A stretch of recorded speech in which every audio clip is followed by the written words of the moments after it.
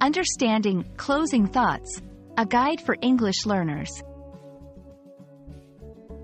Hello, everyone. Welcome back to our channel. Today, we're going to explore a common English phrase, closing thoughts. This phrase is widely used in both formal and informal settings, and understanding it can greatly enhance your English communication skills.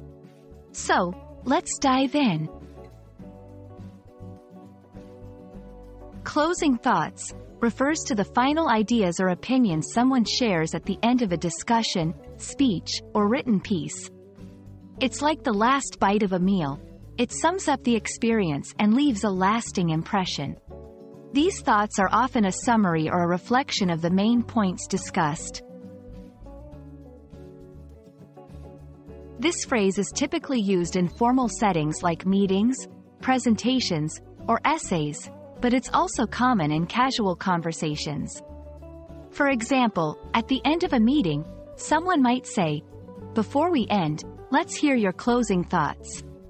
It's a way to signal that the conversation is wrapping up and to give space for any final points or insights. 1.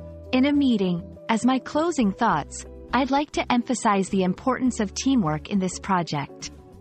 2. In an essay, in closing, the evidence clearly supports our hypothesis.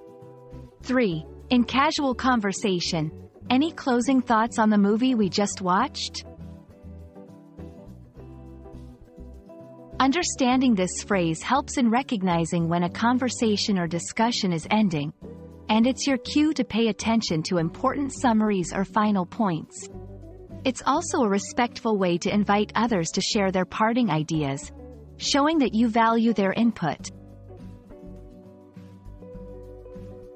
That's all for today's lesson on closing thoughts. We hope this video has helped clarify its meaning and usage in English communication.